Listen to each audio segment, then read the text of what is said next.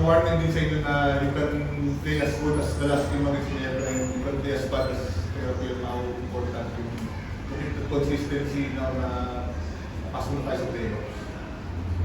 Exactly. This happened to us also last conference. We were on a good run and Terra Firma beat us.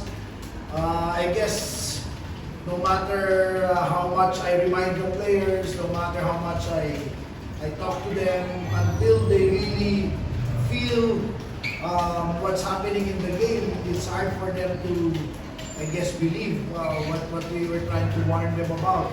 But like I said, they came in with a very good game plan against us. There was nothing wrong with our offense. We scored over 100 points, but we just couldn't stop their offensive incursions. So in the first half, they got a lot from inside. In the second half, they hit everything from the 3-point line.